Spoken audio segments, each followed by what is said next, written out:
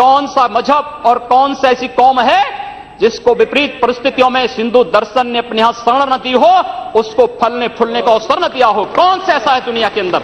लेकिन आज जिस हिंदू दर्शन ने सबको शरण दी, सबको फलने फूलने का भरपूर अवसर दिया, आज जब उसी के खिलाफ षड्यंत्र होना प्रारंभ होता है तो उसे एकजुट होना तो पड़ेगा ही। और मुझे लगता है इन लोगों के कर्मों का फल है कि पूरे देश का हिंदू जनमानस आज इस बात के लिए तैयार हो रहा है कि उसके खिलाफ आज शासन तंत्र से जो षड्यंत्र हो रहे हैं उसका जवाब अपने स्तर पर देना ही पड़ेगा।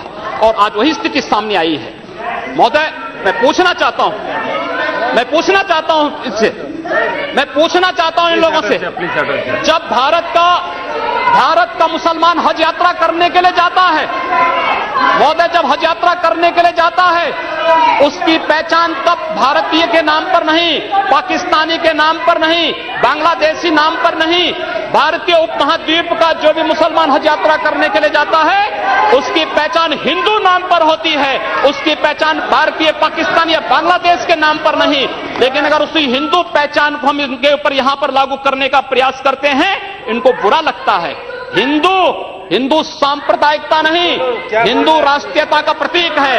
और भारत की राष्ट्रीयता का प्रतीक हिंदुत्व को बदनाम करोगे तो उसकी कीमत चुकानी पड़ेगी इन लोगों को। और इसलिए महोदय, मैं आप सबके आपके माध्यम से एक बार कहना चाहता हूं, महोदय, एक बार गुरुदेव रविंद्रनाथ टैगोर ने कहा था, गुरुदेव रविंद्रनाथ टैगोर ने एक बात कही थी। उन्होंने कहा था, अगर भारत को समझना है, बैठ जाइए आप, फालतू बात करते हैं। महोदय, उन्होंने कहा, गुरुदेव रविंद्रनाथ टैगोर ने एक बात कही थी और उन्होंने कहा था कि अगर भारत को समझना है तो मैं भारतीय अस्मिता को पहचानना पड़ेगा। और भारतीय अस्मिता को पहचानना है तो स्वामी विवेकानंद के बारे में आप जान लीजिए। स्वामी विवेकानंद ने एक बात कही थी कि गर्व से कहो हम हिंदू हैं।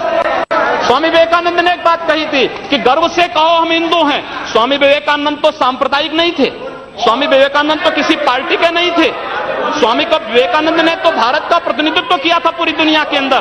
और दुनिया के अंदर जो हिंदू आज पूरे देश के अंदर, पूरी दुनिया के अंदर अपनी सहिष्णुता के लिए पहचाना जाता था, आज उस हिंदू के साथ किस प्रकार का व्यवहार किया जा रहा है, वह कश्मीर से विस्थापित होता है, उसे कश्मीर से निकाला जाता है।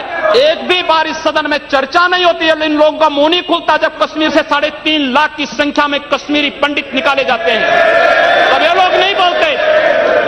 पिछले 2012 में असम के अंदर 3 महीनों तक बोडो जनजाति के लोगों को मारा जाता रहा, कोई नहीं बोला।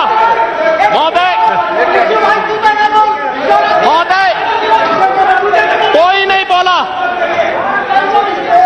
जम्मू कश्मीर के बाद जम्मू कश्मीर के हिंदुओं के मारने पर कश्मीरी पंडितों को उनके घरों से बेदखल कर दिया गया, एक भी बार ये लोग बोले नहीं, इनको पीड़ा नहीं हुई। दुनिया के अंदर ये अपने आप में बिरला उदाहरण था जहां पर अपने ही देश में अपने ही जानने वाले लोग विस्थापित होकर के खाना बदोश की जिंदगी जी रहे हैं। उस शर्मनाक घटना की निंदा एक भी बार इन लोगों ने नहीं की। मुंबई के दंगों पर ये लोग मौन रहे। जमशेदपुर और भागलपुर के दंगे कांग्रेस के समय हुए थे, एक भी बार इन लोगों ने उस पर चिंता व्यक्त नहीं की। और तो और 1984 में इस देश के अंदर जिन सिख गुरुओं का योगदान इस देश को बचाने और इस देश की धर्म और संस्कृति, इस देश के समाज को बचाने में बहुत महत्वपूर्ण थी, उन सिखों के कत्लेआम पर भी इनको शर्म महसूस नहीं होती है। और आज लोग इस देश के अंदर बात करते हैं सांप्रदायिक सौहार्द की, इनका पूरा चेहरा सांप्रदायिक हिंसा से रंगा हुआ है, सांप्रदायिक एजेंडे से रंगा हुआ है।